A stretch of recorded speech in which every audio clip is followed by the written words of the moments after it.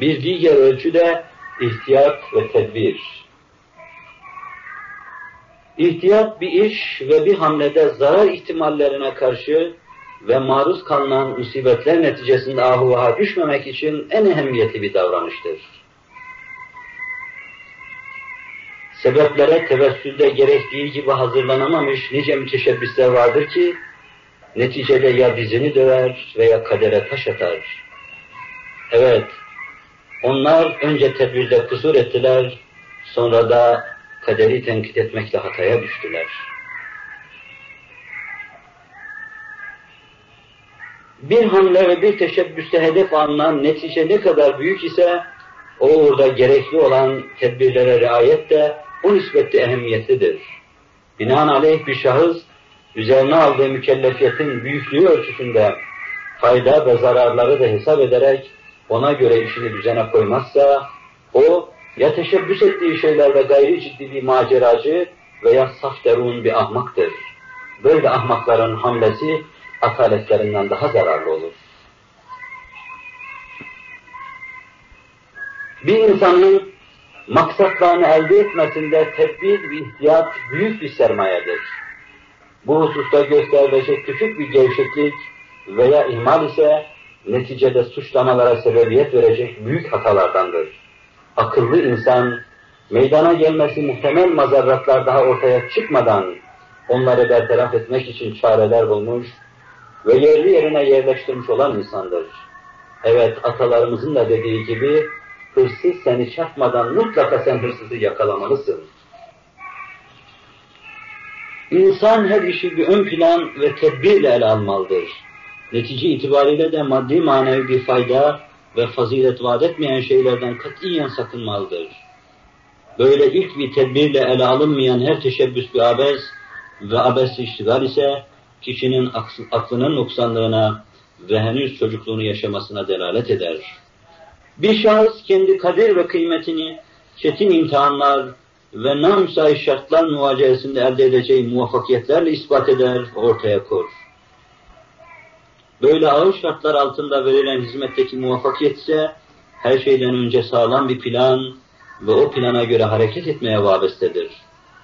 Buna göre bir ferdin kadir ve kıymeti onun muvaffakiyeti ise teşebbüslerinden evvel alacağı kararlarla meksuden mütenasip, yani doğru orantılıdır.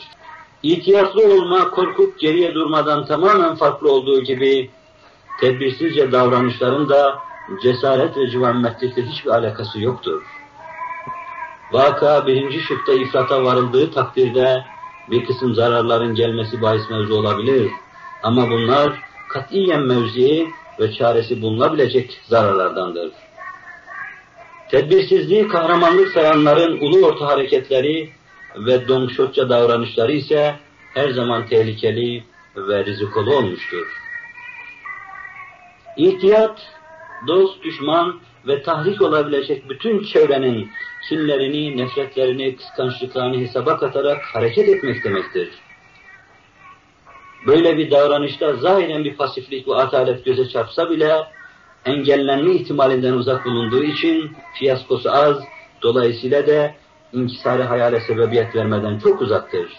Aksine dolu dizgin her hamle ve her hareket ise fevkalade fitne uyarıcı ve netice itibariyle de endişeden hali değildir. Her kötü hasret gibi sırf bir aldatmacı olan kitle ruh haletiyle yine kitle avına çıkmak, Batı'nın bize armağan ettiği kötü şeylerdendir. Bu sakat ve nesebi gayri sahih düşünceyi benimseyenlere göre bir yumurtanın başında bir sürü kahkah normal görülüp teciz edilse bile bize göre her mesele bir mercan sabrı ve sessizliği içinde en kuytu yerlerde ve mercan kuluçkalarının ızdıraplı fakat gürültüsüz hallerine uygun bir çizgide cereyan etmelidir. İnsanın hak katındaki yüceliği himmetinin yüceliğiyle ölçülür. Himmet yüceliğinin en bariz emaresi ise insanın başkalarının mutluluğu adına şahsi haz ve zevklerden fedakarlıkta bulunmasına bağlıdır. Bilmem ki toplumun selameti uğruna haysiyet ve şerefini ayaklar altına almak, hatta kükremesi gerekli olduğu yerlerde dahi öfkesini yutarak dayanmasını bilmek, şahsi saadetinin bahis mevzu olduğu her yerde isteklerine hacir koymaktan daha büyük bir fedakarlık tasavvur edilebilir mi? Fatih orduların bütün muvaffakiyetlerini atılganlığında görüp de erkan-ı harpçe planlara ehemmiyet atfedilmemesi nasıl bir akılsızlık ise bütün muvaffakiyetlere amiyane cesaretlere bağlayıp tedbire değer vermemek de öyle bir hamakatin ifadesi olsa gerektir. Teşebbüsler gibi tedbirler de Hakk'ın inayetine arz edilmiş birer davetiye ve aynı zamanda bir hakikatin iki yüzünden ibarettir. Bunlardan birinde meydana gelecek kusur, çok defa inayetin kesilmesine ve dolayısıyla da muvaffakiyetsizliğe sebebiyet verecektir. Arızasız yol ve yürüyüş ise her lahza basiret üzere olmakla kabildir. Ne mutlu bunu idrak edenlere.